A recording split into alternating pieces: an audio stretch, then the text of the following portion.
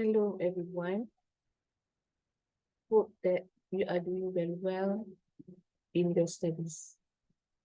Our today presentations is related to energy and pressure. Without further ado, let's take a closer look and understand it better.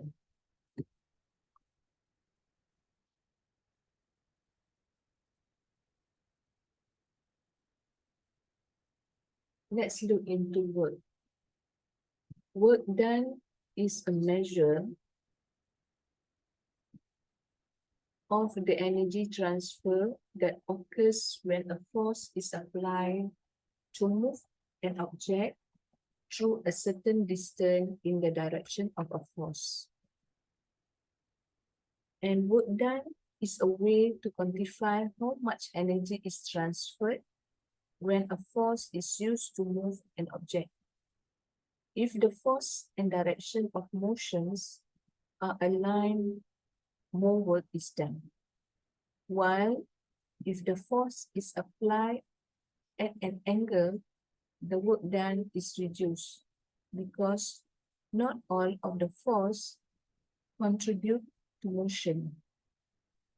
Example of work done is when a person lifts an object from the ground and the initial energy of the object is kinetic energy.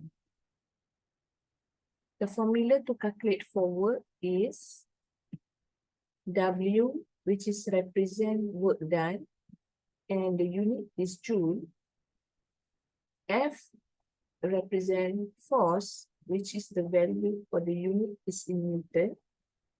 And D is represent distance moved in the directions of the force, which is in the form of meter. So the formulas will be W, work done, equals to force multiplied by distance. Let's look into kinetic energy. By definition, kinetic energy is a form of energy which is associated with the motion of an object, and it depends on both mass and the speed, which means that velocity of the object.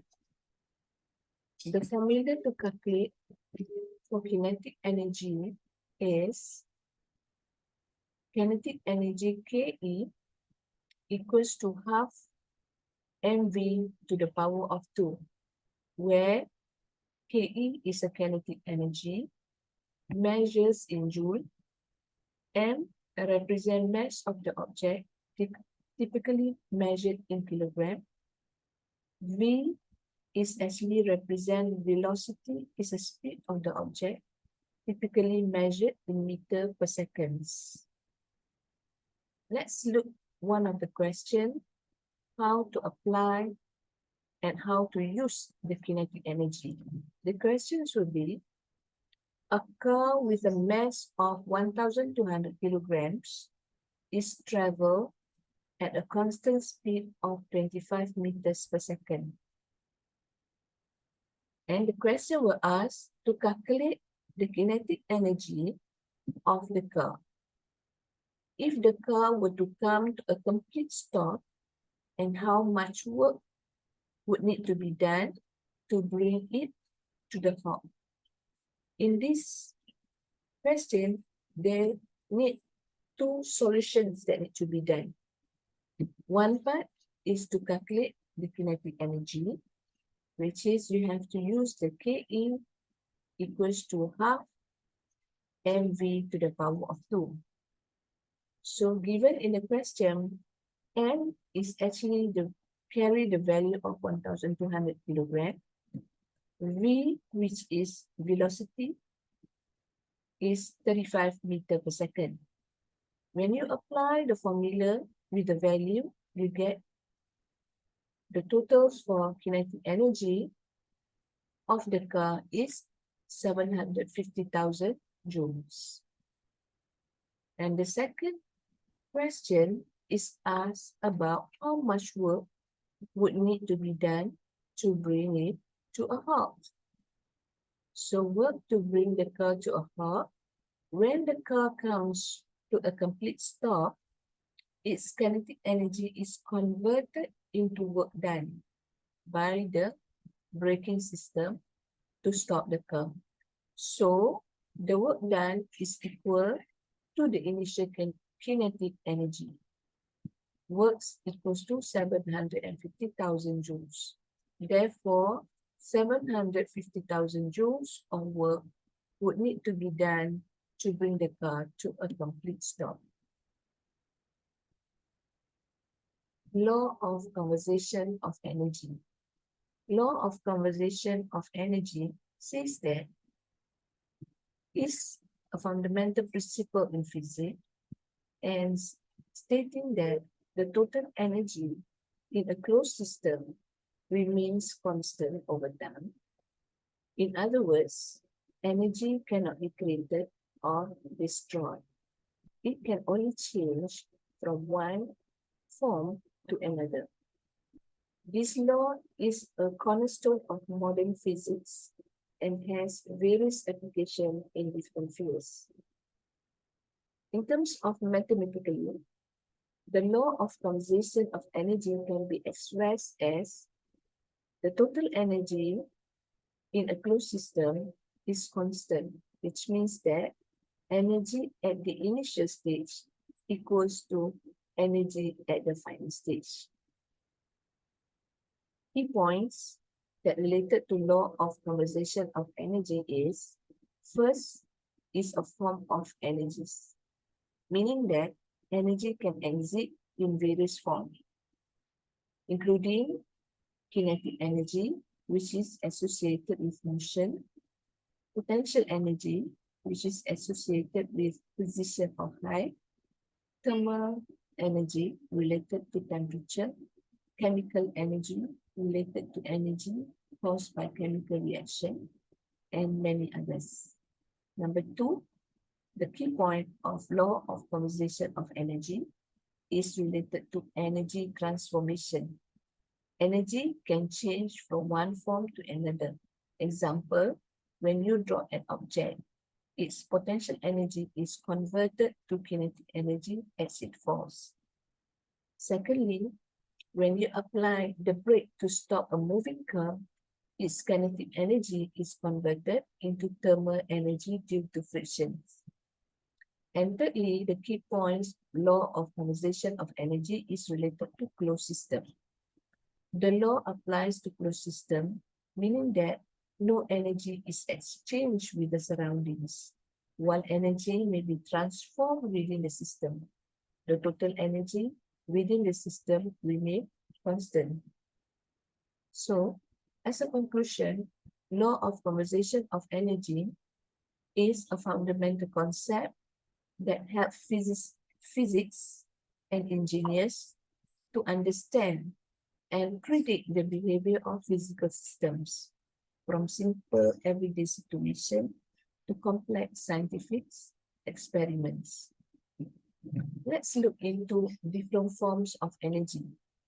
We have mechanical energy. Mechanical energy is the total energy an object possesses due to its motion and position.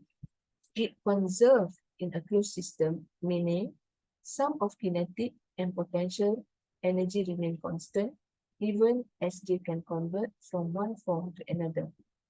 Example given here is roller coaster. As the roller coaster climbs to the top of the hill, it gains potential energy due to its increased height above the ground.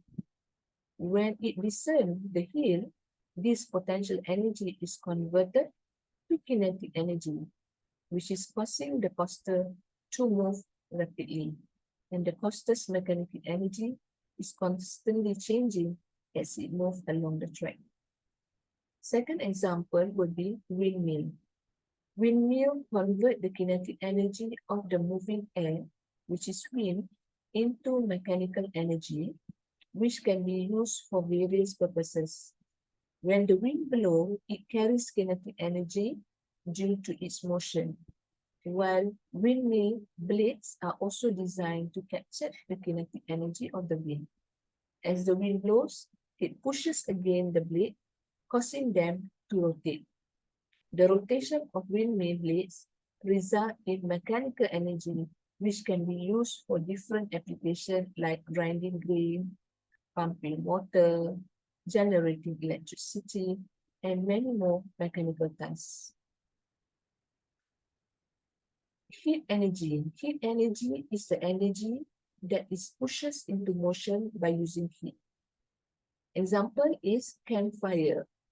When you ignite wood or other combustible materials, the chemical energy stored in the fuel is converted into heat energy through combustion. The heat produced by the fire radiates in all directions, warming the surrounding. Second example for heat energy will be boiling water. When you heat a pot of water, the heat energy from the burner or from the campfire is transferred to the water. So as the water absorbs this heat energy, it undergoes a phase change and its temperature rises. Eventually, when it reaches its boiling point, the heat energy causes the water to turn into steam. Let's look into different types of energy, like chemical energy, which is energy caused by the chemical reactions. We have the example here is a battery and gasoline. Electrical energy is the energy carried by the electrical current. We have example here like light bulb or charging a smartphone. And then we have internal energy, heating and melting ice. We have a compression of gas and elastic potential energy, where energy stored in a spring when it is extended. So example given here is a spring and rubber band. And light energy is the energy that is transferred by the electromagnetic wave. So we have a sunlight as an example, also flashlights. And sound energy is the energy that is propagated by compressions and rarefactions of air columns. So, example here will be thunders during a storm or musical instrument that is part of the sounds energy or category sounds energy. And the nuclear energy is the energy that is released during nuclear process. So we have the example nuclear power plant and nuclear atomic bomb. With that being said, that's all for today's presentation. Hope that you are doing very well in your studies. And please don't forget to subscribe to John Study Lab YouTube channel. So hope to see you in the next presentation slide.